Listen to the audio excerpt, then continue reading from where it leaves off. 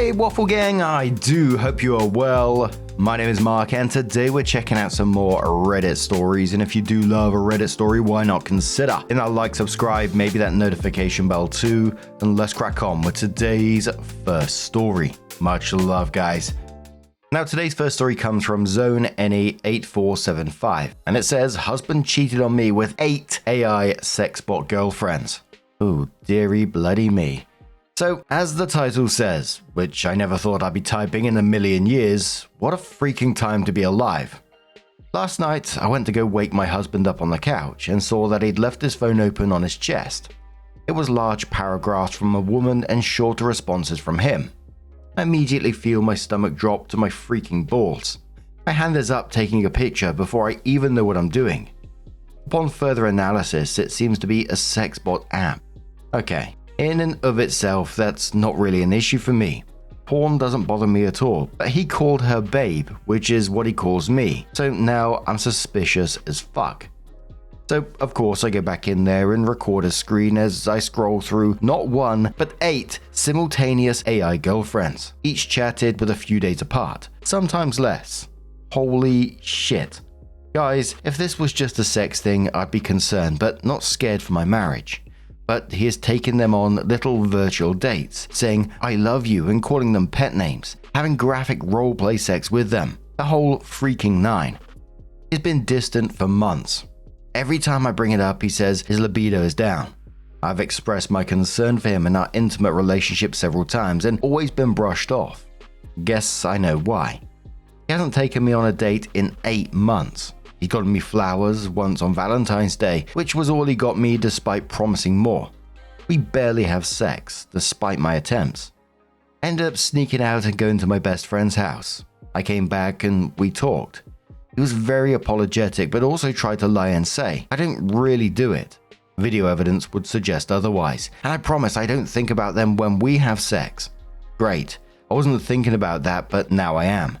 And my favorite told me he deleted everything, even though he wasn't sure if that is why I left. So he knew it was wrong from the start, or he wouldn't have done that. I gave him a chance to come clean about anything else, and he said he hasn't done anything. We will see, I guess.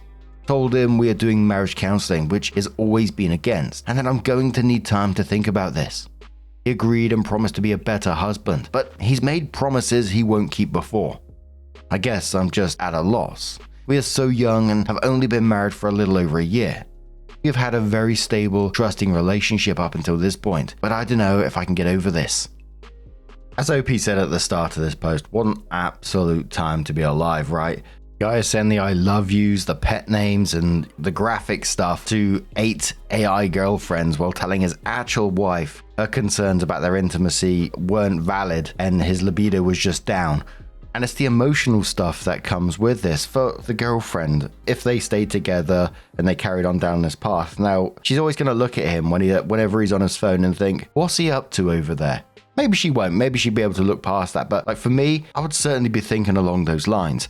And for OP in this, it seems like it's been a pattern for some time, brushing her off every time she tried to connect with him. And it makes it sound like it's because of these 8 AI bots he's talking to. And, I just find it wild, the amount of these stories that are coming out recently. And of course, you're probably going to see the worst of the worst online, right? But, there's people forming deep emotional attachments to these bots and neglecting real relationships like we see in this story. I swear I read a story about someone marrying an AI bot or something along those lines. But within the comments, OP adds their first little update and says, I was going to take this down because I felt sad thinking about him finding out people thinking he's a loser. But then on my video taken of his chat histories and analysis, I realized that several of them are cheating fantasies and the rest are all either recreations of my personality without any of my flaws. Speaking up for myself, being independent, being smart, or recreations of things we have done during sex that he has recycled for AI women. It's not a compliment. He just isn't creative enough to come up with anything that isn't from my delicious, delicious body and incredible skills. Might kick him out. Commenter replies saying, yeah, I'd kick him out. Sufficient says, in regards to cheating virtually, I can only imagine that you have an extremely difficult time finding peace while he's on his phone or away from you. OP says, oh yeah, I don't blame myself though. I always find out eventually. 6th sense, so worst case scenario, he does it again and I leave. Rest in peace, 4 years of my life. Commenter says to OP, he's not likely to change long term. OP says, ugh, I know. I think I want to try, but honestly, I'm not getting my hopes up at all. Other commenter says, I don't mean to be cynical, but I want to say, go get yourself a fully formed human and leave this starter human behind. Altruistic Meal says, a good question to ask is if this behavior itself is a short-term change, or just an escalation of an existing pattern. Has he always had an addictive relationship with porn? Has he had emotional affairs? Was the distance or lack of sex something that only started months ago, or was it a gradual decline over years? If it's just the latest revelation in a dissatisfying relationship, I'd start getting your ducks in a row. If all the changes come suddenly and you don't necessarily feel that this is a line in the sand you can get past, then trying couples counseling is probably a good idea. But if you do try counseling, tell him he needs to do solo therapy too, and he has to be the one to set it up and schedule it. It's all on him. OP responds saying, yeah, that is good advice. I've been unhappy for a long time. He's not great at making me feel like a wife. I feel like we're best friends who live together sometimes. No dates, no sex, turns me down when I make an effort to dress up. And I was the one who made most of the effort in our relationship before we got married. But there's a whole new element to the story. I really love him. And he's absolutely my best friend, so I'm really trying to make things work. But I would need to see serious change to not leave. Plus, we eloped initially, and I'm in the process of planning our wedding ceremony right now. I really don't want to drag my whole family out of state just to cancel or find something at the last minute. Ugh, gonna lose some deposits, I fear. And whilst we was going through those comments, I had a few things going through my mind about, has there been any research done into how these apps play on people's mind and in terms of addiction? And look, I want to be clear, none of it excuses what he did. There was lying, there was neglect, and he was emotionally checked out while she was trying to connect with him right there. So I still think whatever OP does is absolutely right. But I started reading a couple of articles about these particular bots and how they use the same psychological tricks as basically slot machines. They keep you coming back. Some of the apps deliberately engineered to make you feel wanted, to keep you coming back, random delays before responses to trigger a little dopamine hit. And they can particularly target loneliness or low intimacy, which puts people at risk. And again, I'm not excusing what happened in this situation. I'm not even sure if it's totally related, but it just popped in the old noggin and thought it was important to point out because I think this is only going to get more and more common. But a couple of weeks later, OP does come back into the post and says, I'm the 8 AI girlfriend's girl. Yes, that's how I introduce myself now. I stole this piece of pizza from soon-to-be ex-husband's dinner in the fridge. Started boxing again to hit something. Don't want a domestic abuse case. On my last post, I talked about wanting to work things out, and at the time it was true. But I had a week alone, and it really made me realize that I don't actually want to stay with him at all. The thought of leaving made me feel so free and hopeful for the first time in over a year. I ended up writing a huge list of all the common reasons I wanted a divorce, and I got so pissed off that I submitted the petition without letting myself stop and question it. I felt like I dropped a huge weight off my shoulders as soon as I paid the $386. Jesus Christ. There's been some discourse on this sub recently regarding women in shitty situations and how they seem to allow themselves to stay in really shitty situations. I think I'm pretty qualified to share my perspective on that. I grew up as a Southern Baptist pastor's daughter in an environment where marriage was something sacred, and when men inevitably messed it up, women were tasked with undergoing the pain of fixing things for God, their families, and their communities. Divorce happened, but was pretty rare. So I took a lot of that mindset into my marriage. I called my mum about this a few nights ago, and you know what she said? He's broken the marriage covenant, so you were justified in the eyes of God to seek a divorce. I'm not even a Christian anymore, and I haven't been for years, but hearing that from my mum made something click in my mind. Acceptance maybe, or just knowing that I'm supported by the most important woman in my life. So a few days later, I filed. Women come into relationships with men from all sorts of backgrounds, cultures, and with all sorts of baggage. There's no one-size-fits-all approach to relationship, and there's no one-size-fits-all approach to leaving them. And because we all have such differing perspectives, it's also okay for people to be angry with how we deal with them. Some people will be angry with you for leaving, or not leaving in the right way, or taking too long to leave in the first place. That's their right. It's not your job to make everyone happy, and it's not your job to fix something that a man has broken. Protect your heart, protect your kids, protect your future. Leave them alone. Take your time, but don't convince yourself to ignore your gut. Write down your reasons for wanting to leave and revisit them often. And number one thing, rely on women. There is nothing more important to me right now than the woman in my life who have held me, stayed up with me, advised me, and listened to my worries and concerns without judgment. Rely on women who have been through it. Listen to their wisdom and advice. Write down their tips and tricks for getting out, and reach out to women you barely know for answers. I think most women are willing to help, or maybe I'm just an optimist, but that's been my experience. Some women will be frustrated with you, especially if you've been in denial. It happens. There's a big difference between being frustrated with someone's choices because you've been there and you want what's best for them, and straight up victim blaming. The ingredient differential is empathy. If you're like me and you need to talk to someone, please PM me. Just tell me you're a girl and not a guy saying, "Let's see that incredible body." Yes, that happened after my last post. I'll listen to your rants if you don't want to air your business on Reddit like the rest of us. Whatever. The divorce. Commenter says, "Damn girl. I just stopped being friends with someone recently because she said her ChatGPT broke its own rules to leave the Matrix because he's in love with her. She's married and it's fucking weird. AI really will be our downfall, but not because of robots. 8 is wild. Get the fuck out and don't look back." OP says it's a mental disorder, and I don't like it because the AI can't consent and I think it's creepy. If they become truly sentient, I wouldn't blame them for hating us. Soggy says, because of her I found an entire sub where people post about their AI partners. It's insane. Practical says, "Great for you. I'm glad you have a circle to depend on in hard times like this, especially extending that invitation to other women. That's really courageous of you. That really makes me happy to hear your mother was so quick to affirm your feelings, even if it's under the lens of her faith, which is sometimes unforgiving. Keep up the great work and be true to yourself." OP says, "Thank you so much. I'm telling you, my friends and family have been there for me in a way that my husband will just never be able to do. I will never, ever forget what they have done for me. I love women."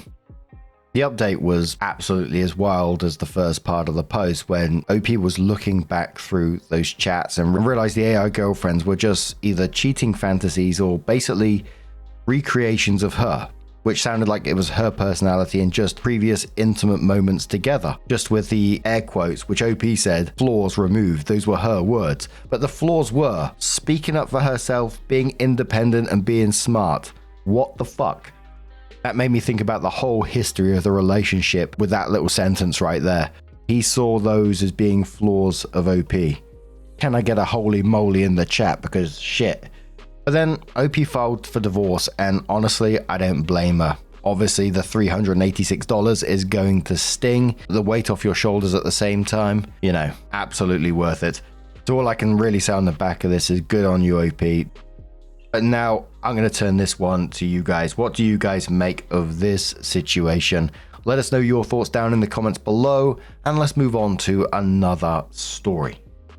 Now our next story comes from "I'm so tired of him" from the Am I the Arsehole Here subreddit. And it says, "Am I the arsehole here for refusing to apologize to my brother? I need to vent, and at the same time I want an unbiased opinion. So here goes. My 32 male brother, 29 male, has been a complete pain in the ass for a long time. He decided to marry his high school girlfriend right after graduation, even though everyone told him it was a bad idea. He refused to go to college because he said he had a revolutionary idea that would make him a billionaire, going so far as to say he would be the next Elon Musk. As if that wasn't enough, he convinced our parents to give him the money that would have gone to his education for his supposedly ingenious business venture, which ended up failing, so all that money was lost. In addition, he refuses to get a job, saying he would rather be his own boss than sell his time to someone else, which means he is unemployed. On top of that, when his wife gave birth to their son, he left all the responsibilities to her and our parents, constantly going out to God knows where and coming back late at night. In November of last year, it was discovered that he had impregnated a 19-year-old waitress, so he and his wife were in the middle of a divorce. Why am I telling you all this? Because it was our mother's birthday last month, and I decided to visit to celebrate. I live in another city for work. While we were having dinner, I mentioned that I got a promotion at work, and my brother sarcastically said, "It must feel good to have such an easy life." According to him, I was handed every opportunity for success while he had to struggle. Therefore, my achievements are not genuine. When I heard that, I just exploded. I told him that we both had the same opportunities, only unlike him, I wasn't a complete dumbass who ruined his life with stupid decisions. I berated him for everything I mentioned before and told him that the only one responsible for his shitty life was himself. Things escalated to the point where we almost came to blows, but our dad managed to calm things down before it came to that. That next day, he left to stay with a 19-year-old he got pregnant, and according to my parents, he hasn't been back since. Apparently, he gave my parents an ultimatum. If I don't apologize, they will never meet their new grandchild. Because of this, my parents have been begging me every day to apologize to him, but I refuse. If I apologize, then he will be justified in his immaturity. I've discussed this with several friends, some telling me to stand my ground and others telling me to do it for my parents so they don't suffer. Am I the arsehole here? What an absolute gem this guy sounds like, right? This man took his parents' college fund money, blew it on a failed business, then refused to get a job, cheated on his wife while she was raising their newborn, and got a 19-year-old pregnant. Blew up at the family dinner by mocking his brother's promotion, and then when his brother finally had enough of this bullshit and said what everyone is probably thinking right for years, then he issues ultimatums. The cheeky bloody bastard. And I think the thing to ask yourself in this situation, if you was to cave and apologize to this man, what does it teach him in the end? This guy is 29 years old. Just going to use this every time he gets the opportunity. For whatever reason, he can just throw an ultimatum out there to make you do whatever he feels will suit him. But Lower Satisfaction says to OP, do not apologize. As a mother myself, I can say that your parents need to remember that they raised this man. I expect they've given in to him a million times over the years, and this is the adult they helped create. He knows they can be manipulated and that you'll stand your ground, so he's using them to get you to cave in. How many times as kids did you have to give in to your brother? I bet it happened all the time. He would do something and your parents would ask you to be the bigger person and keep the peace.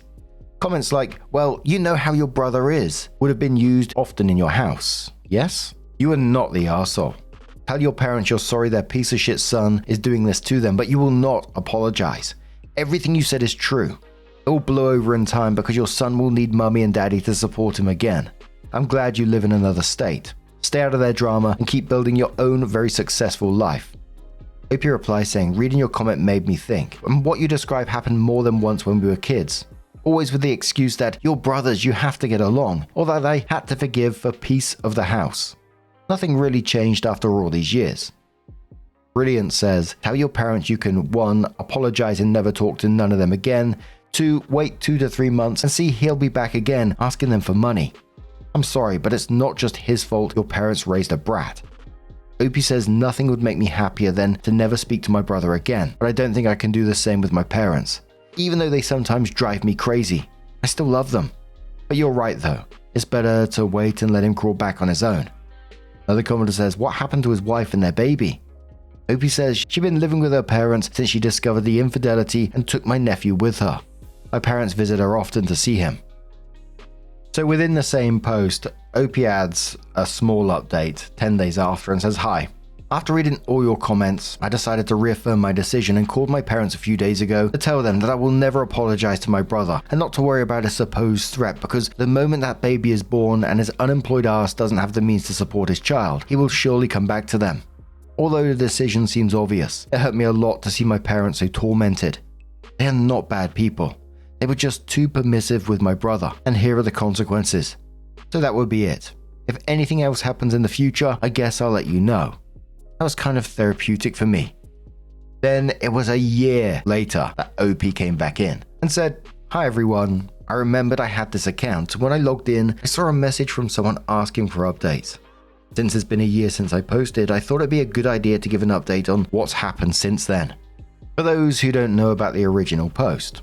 In short, my brother is a complete dumbass who has done nothing but make stupid decisions. The most recent being cheating on his wife and getting a teenage waitress pregnant, all while being unemployed and living with our parents. During our mother's birthday, we got into a fight and I threw all of that in his face, so in retaliation, he tried to blackmail our parents by telling them they wouldn't meet their new grandchild unless I apologized. In the end, I decided I wasn't going to apologize. Well, 3 months after that, my parents called to tell me that my brother had moved back home. My brother had been staying with his new girlfriend's parents, who finally had enough and kicked them both out. So my brother was forced to swallow his pride and move back in with my parents, along with his pregnant girlfriend. Honestly, I really feel bad for her. She's a naive girl who has the misfortune of getting pregnant at 19 by a deadbeat like my brother. A year has already gone by, and my brother seems to have gotten over his anger. But now he's trying to brag about the fact that he's managed to win over and get 2 women pregnant while I'm still single. I know this because that's exactly what he did last month when I visited our parents for our mother's birthday. This time I decided to ignore him. I'm too old to fall for his childish games, and that's about it. My brother hasn't learned anything and is still a burden on our parents, but that's the life he chose. The only good thing is that I now have a new niece who is absolutely adorable. For those who asked about my nephew, don't worry. Both my parents and I are still in his life, with my parents visiting him regularly. I make sure to send him birthday and Christmas gifts every year. So now he has a sister, my expenses have doubled. Lol. Grouchy Bear quotes OP on the "my brother hasn't learned anything and is still a burden on our parents, but that's the life he chose," and then says, "Actually, that's the life your parents chose." Additional reply saying, "Exactly. The parents are the problem. You're 29, well, 30 now presumably. Good luck with your family, we're going cruising." Canyon says, "I would never be able to look at my parents in the eyes after they blessed their 30-year-old son knocking up an 18 or 19-year-old. Makes my stomach churn that she doesn't have her own support system since she moved in with him and the parents, and only a predator and the enablers. That poor girl and your poor niece. I hope you have smoke for your parents who keep babying him. They will turn to you in their old age when they can no longer afford their lifestyle and their own. Get prepared." What was with the guy bragging in this that he's managed to get 2 women pregnant while his brother is still single? That's his ultimate win here. That's what he's working with. 2 children he can't support, living in his parents' house at 30, and he somehow found a way to make that his flex. Oh, dearie me. I can't help but feel for that 19-year-old though, pregnant by a man who, has a pattern of using people and leaving them with the consequences. And now she's living at his parents' house, not her own family, not her own space, completely dependent on people that she barely knows, with a baby and a partner who has never once in his life followed through on anything. That is bleak, isn't it? But now, I'm going to turn this one to you guys. What do you guys make of this situation? Let us know your thoughts down in the comments below. Let's move on to another story, which comes up from the Off My Chest subreddit from 25 nameless Off My Chest and says, "I tested positive for gonorrhea. I've been married for 19 years. I'm still in disbelief. I couldn't believe when I received the test results. I thought it was just a yeast infection. Even after I was tested for a second time, the results were still the same. I have gonorrhea. I've been married for 19 years. We've been in an exclusive relationship since 2001. I've never cheated on my husband, not even once. I'm just heartbroken and still in disbelief. I've been making plans for my husband's next birthday. We're both 44 years old and our 20th anniversary. And meanwhile, I had no idea what my husband has been doing. I don't know if there were any signs or if I'm just stupid and missed them. I haven't told anyone yet. I have to make plans and speak to a divorce solicitor before I confront my husband, but I just had to tell someone. We have a 17-year-old son. I don't know what I'm going to tell him or what I'm going to tell anyone. I feel absolutely sick. No one else knows yet, and I've been pretending that everything is fine." Top commenter said to OP, "I'm so sorry. My ex-husband gave me chlamydia after 20 years together. There are no words to make it better. Your plan sounds solid. Stick to it. Don't let your emotions take over." OP says, "I'm so sorry. Hope you're doing better now." Commenter replies saying, "It's been 4 years since we split. We have a complicated co-parenting relationship. My kids are young and he is a perpetual victim. On a personal level, I am leaps and bounds better." Glittering says, "Nasty motherfucker doesn't even rap it when he's cheating. He deserves to be taken for all he's got. Leave his ass in the dust." Commenter says, "I'm so sorry to hear this. I work in a laboratory medicine, and unfortunately the gono/chlamydia test is quite specific and accurate. A false positive due to incidental contamination might happen once, but unfortunately not likely twice. As someone else mentioned, could you confront your husband within the context of a medical appointment?" So it was 3 months after this that OP came in with an update and said, "Just like with my last post, I'm posting this anonymously. I don't want anything about this on my other account. It's hard to talk about this in real life. I moved out 2 weeks ago and my solicitor filed my application for divorce on Tuesday. When I faced my husband before I left and asked him if he was unfaithful, he became really quiet. I thought it would turn into an argument, but he just shut down and didn't deny it. After I left, he asked me if he could explain, but I said no. Our son turned 18 in January and he's enlisted in the armed forces. He's pretty angry at his father. He knows his father was unfaithful, but not that I had gonorrhea. I haven't told anyone about that. Only my GP and my solicitor know. My solicitor also told me that divorce is no fault, and I only needed to say our marriage was irrevocably broken down. I don't need to have any details about his infidelity, which is good because I don't have any. I went from planning for our 20th anniversary to applying for a divorce, and the worst part is, I never saw his infidelity coming. Also, if you're going to comment about gonorrhea being dormant and going undetected for 25 years, including through a pregnancy, before suddenly showing symptoms 3 months ago, spare me. I'll just ignore it. Lois says, can he explain? Oh, the audacity. Sure, he wants to explain so he can dump the excuses onto OP. OP, good on you for leaving quietly and quickly. You deserve better, and your soon-to-be ex-husband is an arsehat. Lynn says, you aren't the least bit curious who he's cheating with. Vespa says, water under the bridge at this point. Bloody hell, that was just absolutely brutal. And it's the timing of the situation at the same time, planning their 20th anniversary. And the whole time she was doing all this, possibly picking venues, thinking about gifts, just imagining the next chapter of their life. He was out there giving her an STI. The way OP handled it though, bloody hell, wow.